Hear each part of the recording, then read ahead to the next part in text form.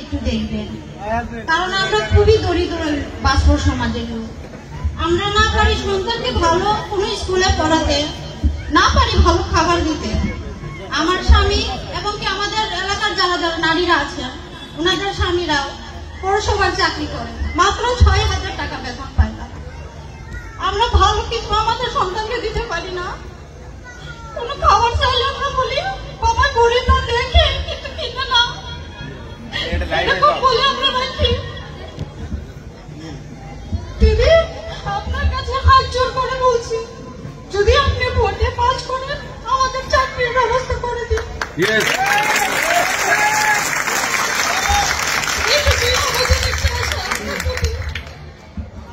আপনারাই বলেন, এই যুগে ৬,০০০ টাকা দিয়ে কারো সংসার চলে? আমরা সারাদিন না খেয়ে থাকি, আমার দিন যায়, কোনো দিন যায় যে আমরা মুড়ি খেয়ে ঘুমাই পড়ি, কারণ আমাদের বাচ্চাদের আমরা খেতেও দিতে পারি না। আপনারাই বলেন, আপনারা যারা যারা আছেন আপনারা কি বলেন আমাদের, তোমরা সুইপারের কাজ করো, তোমরা বেতনের কাজ করো। তোমরা কি চাও তোমার সন্তান সুইপারের কাজ করে করুক? কিন্তু আপনাদের কাছে একটা প্রশ্ন, আপনারাও কারো সন্তান, কারো বাবা, কারো মা। আপনার সন্তান যদি রুটি চায়, আপনি কি তাকে পাথর দিবেন? ভালো কিছু চাইলে আমাদের কিছু দিবেন না? আমরাও চাই আমার সন্তান যাবেন। ম্যাডাম, অবশ্যই আমাদের দিকে একটু তাকান, আমাদের চাকরি প্রয়োজন, আমাদের চাকরি দিন, দয়া করুন। ধন্যবাদ।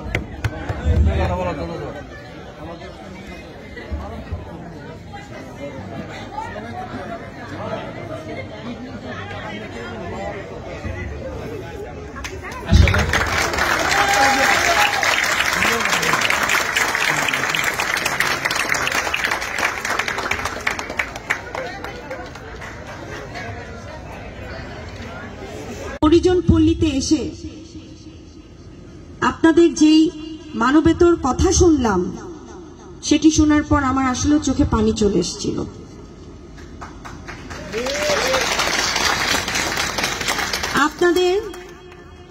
আপনারা কি কোন পেশায় আছেন? কেউ রাস্তা পরিষ্কার করছেন, কেউ মেথর, কেউ সুইপার, স্যানিটাইজেশনের কাজ করছেন কেউ। কিন্তু আমরা হয়তো বা ভুলে যাই, এই মানুষগুলো যদি না থাকতো তাহলে আমাদের অবস্থাটা কোথায় দাঁড়াতো।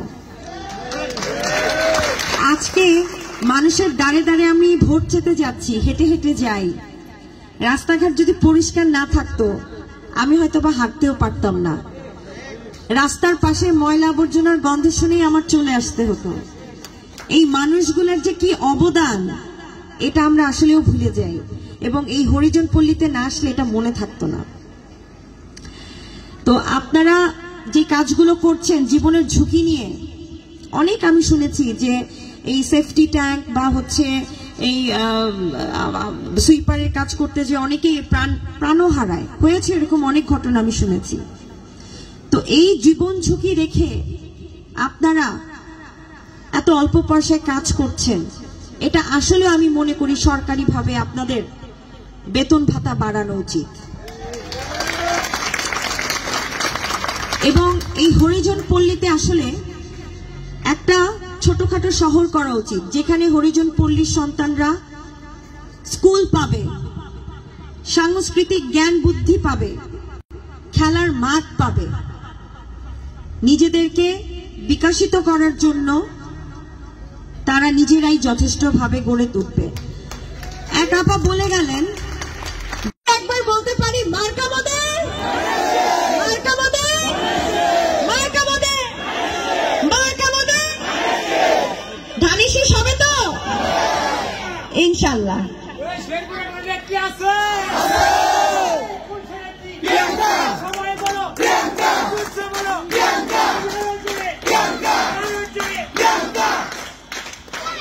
সকলকে ধন্যবাদ, এবং বিশেষ করে আমার দিদিদের এবং কাকিমাদের যারা এই রাতের বেলা রান্না বান্না ফেলে উৎসাবনা। আজকে আপনাদেরকে কথা দিতে চাই, শেরপুর জেলা বিএনপি আপনাদের পাশে আসে থাকবে। আমার দলের আলহাজি হযরত আলী সাহেব আছেন, তার মন অনেক বড়। আসলেই বাস্তবতা, তার যদি আগের অবস্থা থাকতো আমার অনেক কাল থেকে তিনি কাজ শুরু করতেন। প্রিয় ভাইয়ের আমার, হরিজন পল্লীকে আমরা শেরপুর জেলা বিএনপি গুরুত্ব সহকারে নিলাম এবং আজকে কথা দিয়ে যাচ্ছি, যদি বিএনপি ক্ষমতা যায় আর যদি নাও যায়, আমরা ব্যক্তিগত তরফ থেকে যেগুলো সাহায্য করে থাকি সেগুলো হরিজন পল্লী থেকে যেন শুরু করতে পারি এবং সর্বোচ্চ বাজেট দিয়ে যেন এটা করতে পারি। আর যদি ক্ষমতা হইলে কমন টাকায় নেয়, এই 10,000 20,000 টাকা প্রতিদিনই যদি তারা তাদের সন্তানদেরকে তারা চিকিৎসা করাতে পারবে, তারা একটু ভালো খাওয়াইতে পারবে, একদিন সপ্তাহে একদিন হয়তো 1 কেজি মুরগির মাংস কিংবা একটা ইলিশ মাছ কিনে খাইতে পারবে। কি ভাইরা আপনারা পারবেন না? আপনারা পারবেন তো? আরেকটি কথা এখানে আসছে, আমি এক ভাই বলছে মাদক কিন্তু একটা সর্বনাশ একটা জিনিস।